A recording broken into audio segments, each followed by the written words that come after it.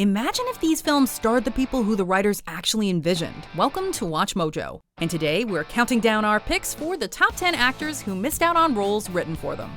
For this list, we're looking at specific roles in films which are confirmed, rumored, or suspected to have been written with a specific actor in mind, but were ultimately played by someone else. Though most of these missed opportunities were the result of the actors in question passing on the role, we'll also be including actors who couldn't play the roles due to an untimely death or some impediment beyond their control. Number 10. Harrison Ford as Dr. Alan Grant, Jurassic Park.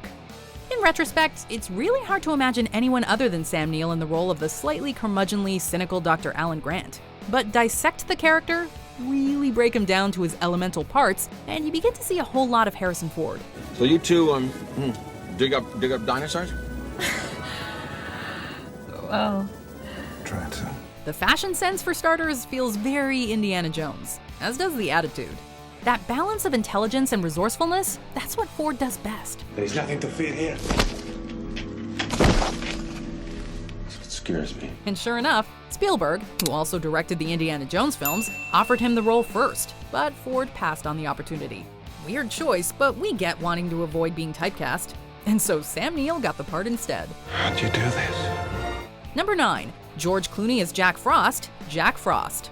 The special effects used to bring the titular snowman to life in Jack Frost were impressive for the time, though not necessarily endearing. He is pure nightmare fuel. I'm home. But look a little closer at Jack Frost's face and you begin to see an uncanny resemblance to a certain handsome leading man. And it ain't Michael Keaton. All right. Turns out that Jim Henson's Creature Shop had already designed the animatronic to resemble Clooney before the latter jumped ship to star in Batman and Robin. Hi, Freeze. I'm Batman. Clooney dodged a bullet with Jack Frost, only to be hit with a cannonball. Interestingly enough, the lead role in Our Brand Crisis was also penned with Clooney in mind, but he chose to simply produce with Sandra Bullock starring instead. you know, once that is gone, there's no getting that back. Number 8. Sylvester Stallone as Axel Foley, Beverly Hills Cop. Well, this certainly would have made for a very different sort of movie. Eddie Murphy might not be the most natural of action stars, but this movie succeeds first and foremost thanks to his incomparable comedic chops. Hey!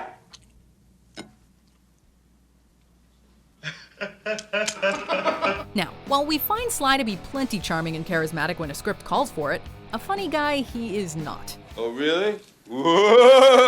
Which is perhaps why he gave the script such a dramatic rewrite when it was presented to him, effectively leaving all the jokes on the cutting room floor. His vision was far more hard-hitting, but also called for a much bigger budget. And so Murphy was called in, and it once again became an action comedy. The rest is cinematic history. You know, it doesn't even matter to me, Billy. You know what matters? That you guys came down here. I'm all choked up on the inside. I got a lump in my throat. Number 7. Richard Pryor as Sheriff Bart, Blazing Saddles. Let's start off by acknowledging that Cleavon Little is pitch perfect as Sheriff Bart. He expertly plays off of Gene Wilder, which is no small feat, and is a crucial part of what makes Blazing Saddles the enduring classic it is today. Oh, help me, somebody help me. But considering comedy legend Richard Pryor was one of the writers who helped concoct this unique and zany satirical black comedy western, might not he have been the logical star? Is it so far-fetched to believe that Pryor might have been writing that role for himself? How did you do that? I don't know. I just did it. Nope. In fact, Mel Brooks had always imagined Pryor in the role, but unfortunately, drug-related charges made Pryor difficult to insure, and so his role was limited to that of a screenwriter. Job well done, buddy.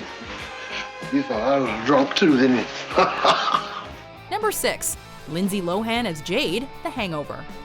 In this unexpected 2009 hit comedy by director Todd Phillips, a wild bachelor party results in a lot of bad decisions and a whole lot of missing memories. Among other shenanigans, mild-mannered dentist Stu Price gets married to a stripper and single mother Jade. You guys were passed out. The room was a wreck. So I just curled up next to Stu. Uh-huh. Rare. Oh. Heather Graham plays the part and plays it perfectly. She is the very definition of the stripper with a heart of gold. Before she owned the role, however, the part was offered to Lindsay Lohan, who reportedly dismissed the opportunity, stating the script, quote, had no potential.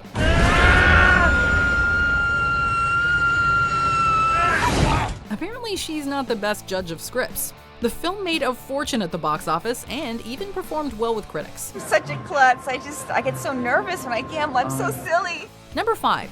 Marilyn Monroe as Holly Golightly, Breakfast at Tiffany's.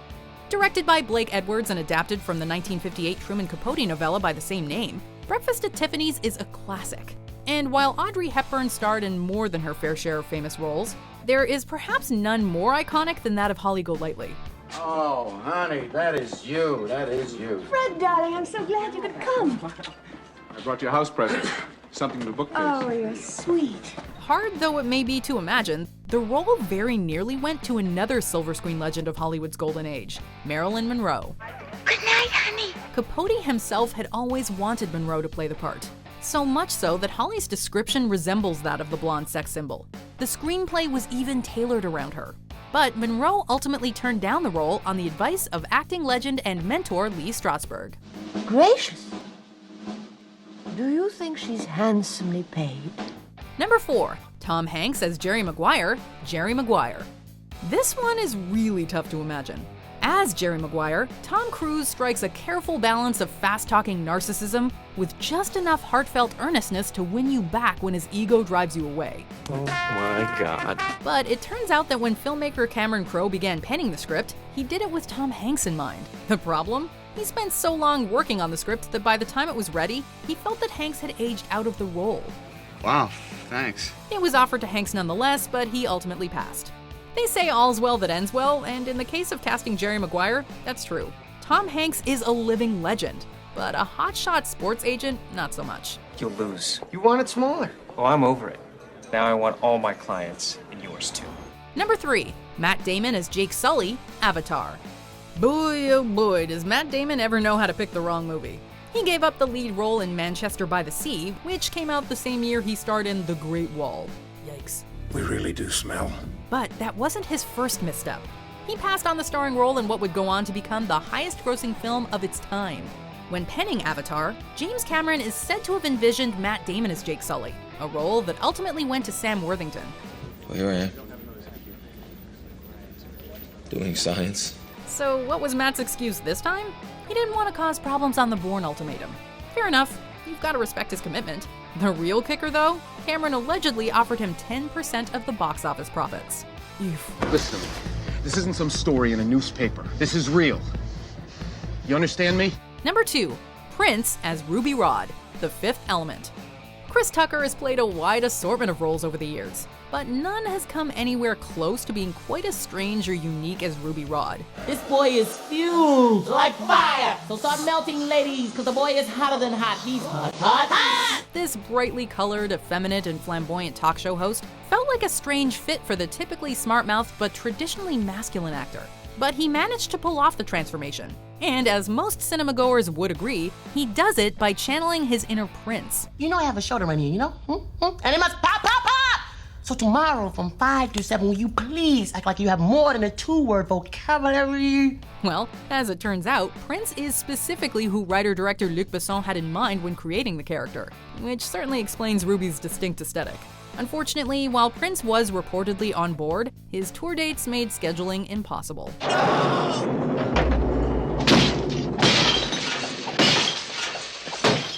Our number 1 on this list is very near and dear to my heart. In fact, it's probably my second favorite movie ever.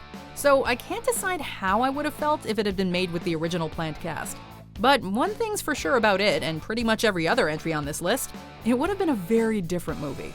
So let's marvel at what could have been through some honorable mentions, and then we'll see what's at the top. You a Heather? No, I'm a Veronica. Sawyer. Hey, Joe. Want me to shoot this guy? Shit. You shoot me in a dream, you better wake up and apologize. Are you calling me a superhero? I'm calling you a killer. A natural-born killer.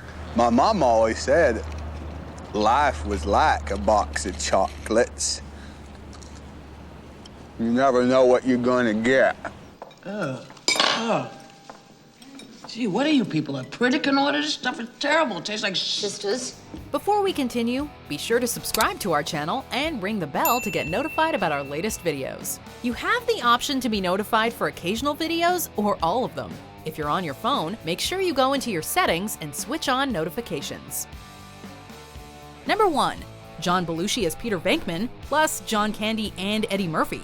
Ghostbusters. This 1984 supernatural comedy is an absolute classic. It's now all but impossible to imagine any other faces rocking those proton packs, but we very nearly got a totally different crew of Ghostbusters.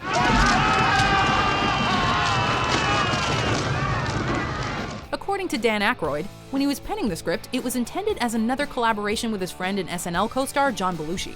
Not only that, but Eddie Murphy also reportedly had a key role, which many assume evolved into Ernie Hudson's Winston. Is there a problem, officers? John Candy was offered the role of Louis Tully, but passed. Sadly, Belushi died of an overdose before the film went into production. In fact, Aykroyd was writing a line of dialogue for Belushi's character when he received the call to tell him about his friend's passing. Who you gonna call? Do you agree with our picks? Check out this other recent clip from WatchMojo, and be sure to subscribe and ring the bell to be notified about our latest videos.